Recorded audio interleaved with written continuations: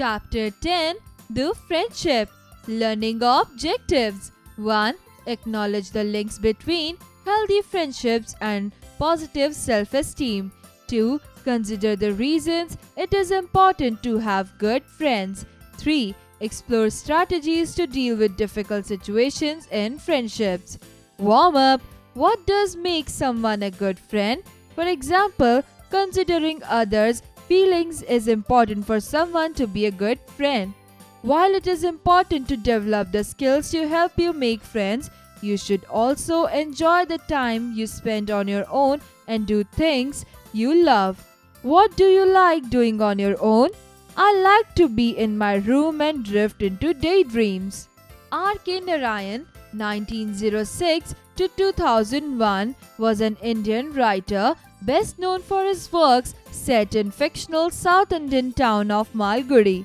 He is one of three leading figures of early Indian literature in English alongside Mulk Raj Anand and Raja Rao, and is credited with bringing the genre to the rest of the world. His stories were grounded in a compassionate humanism and celebrated the honor and energy of ordinary life. R.K. Narayan's famous works include The Bachelor of Arts, The Dark Room, The English Teacher, The Financial Expert, The Guide, The Man-Eater of Malgudi Days, and The Grandmother's Tale. R.K. Narayan has won numerous awards and honors for his work.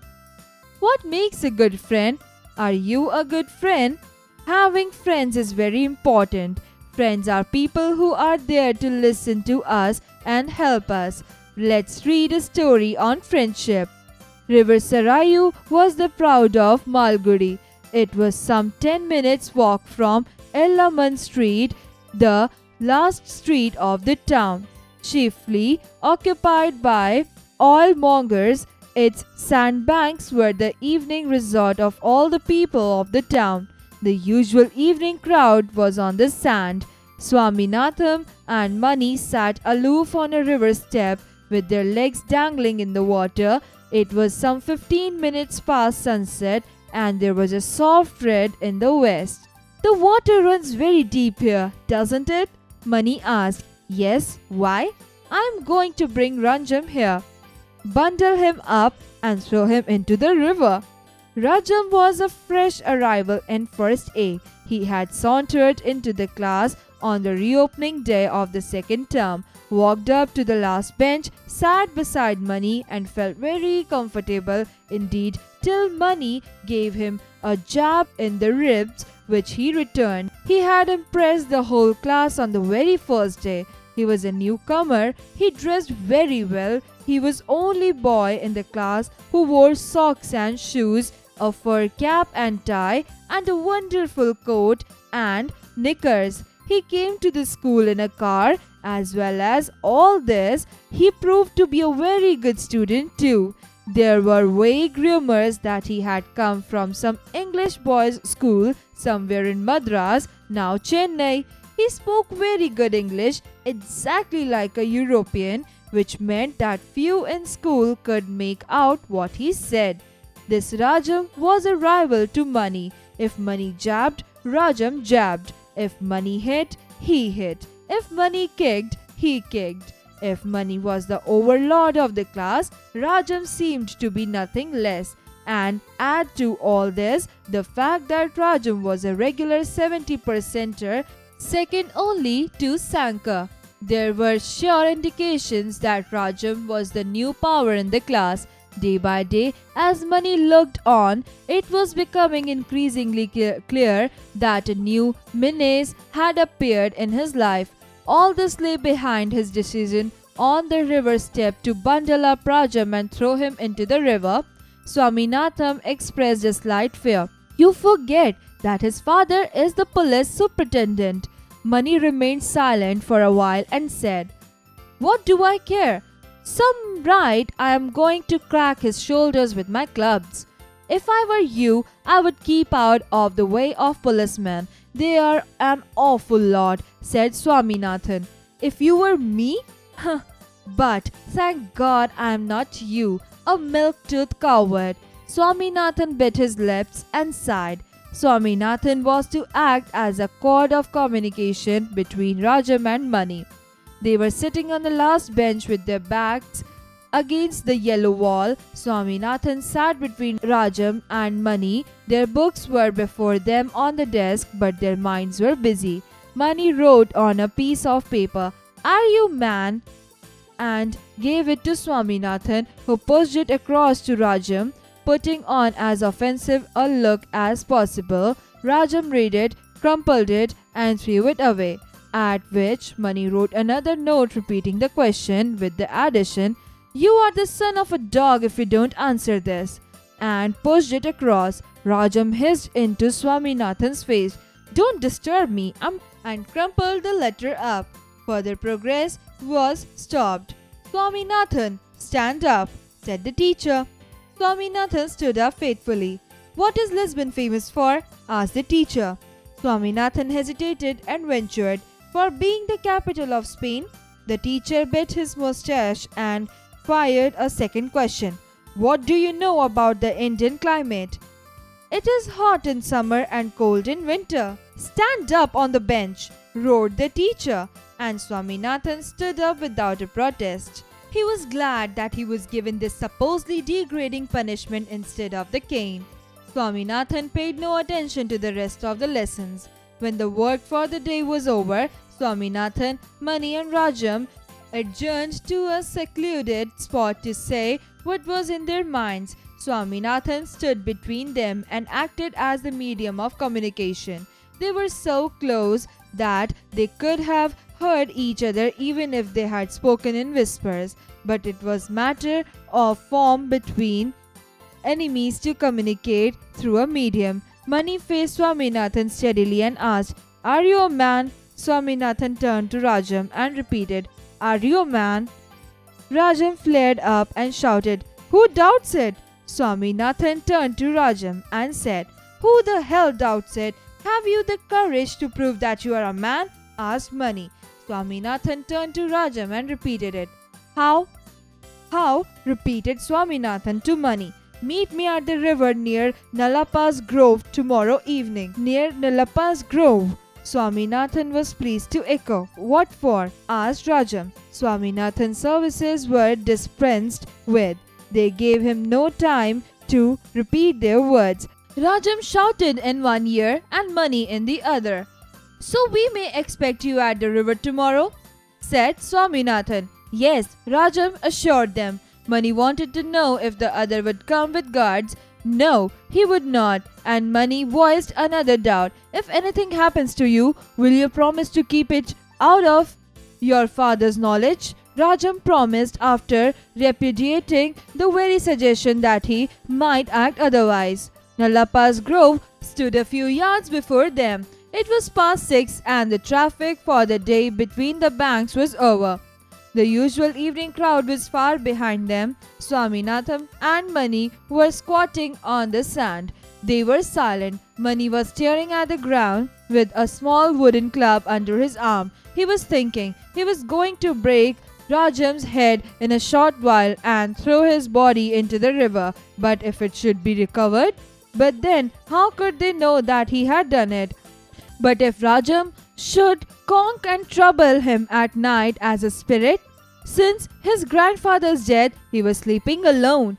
What if Rajam should come and pull his hair at night? It would be better not to kill him after all.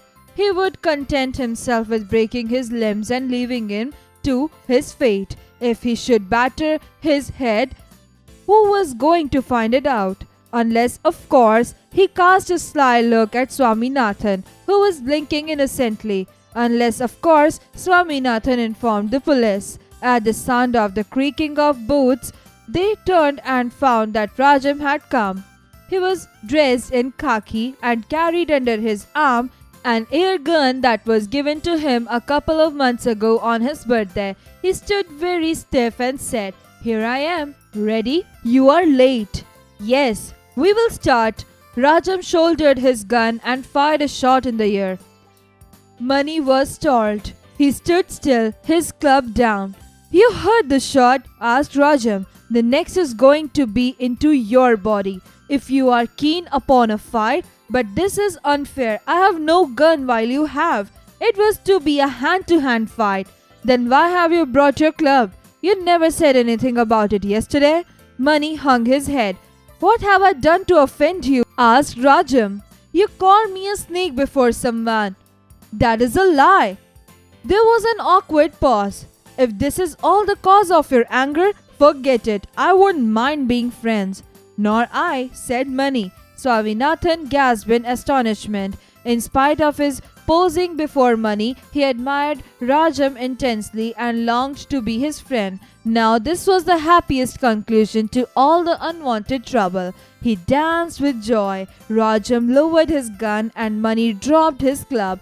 To show his goodwill, Rajam pulled out of his pocket half a dozen biscuits. The river's mild rumble, the rustling of the peepal leaves, the half-light of the late evening, and the three friends eating and glowing with new friendship. Swaminathan felt at perfect peace with the world.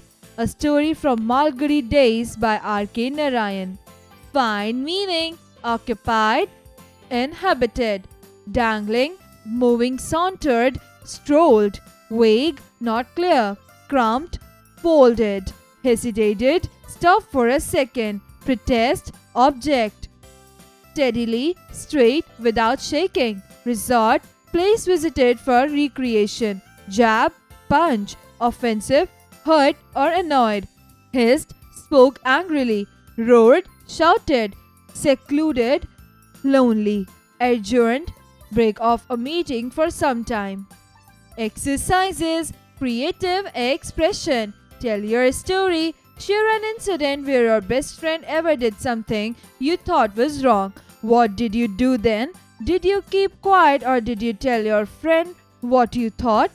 Cross-curricular connect. Learning by doing. Go to the library. Take hold of the books of Malgudi Days. Read more stories. Tell a story to your partner in your words.